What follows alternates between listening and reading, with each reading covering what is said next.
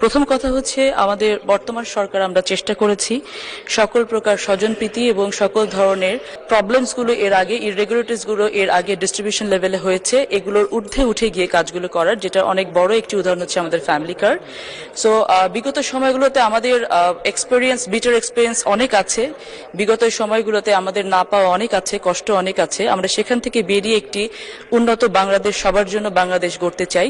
সেক্ষেত্রে আমরা অবশ্যই এই স্বজনপ্রীতির ঊর্ধ্বে উঠে গিয়ে একটি সমতা বজায় রেখে প্রত্যেকের জন্য যেন আমরা বেনিফিটগুলোকে দিতে পারি সেই ব্যবস্থা আমরা অবশ্যই করার চেষ্টা করব ইনশাআল্লাহ, সেদিকে আমাদের নজর থাকবে।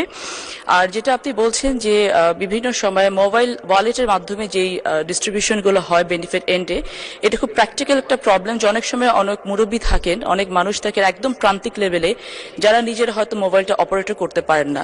তিনি হয়তো তার ছেলে অথবা নাতি কারো নামে ওই মোবাইল নাম্বারে যারা যখন দিয়ে দেন, তখন যিনি টাকাটা উইথড্র করছেন তখন হয়তো ওই জায়গাটাতে গিয়ে কিছু অ্যানোমেলি হয়।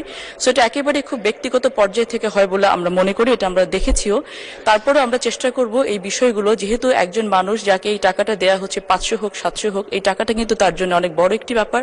তো সেটার জন্য অবশ্যই যার টাকা তার কাছে পৌঁছায় সেটাকে নিশ্চিত করার জন্য আমরা আরো রিফাইনারি ওয়েতে গিয়ে আমরা একটা ব্যবস্থা গ্রহণ করার চেষ্টা করব।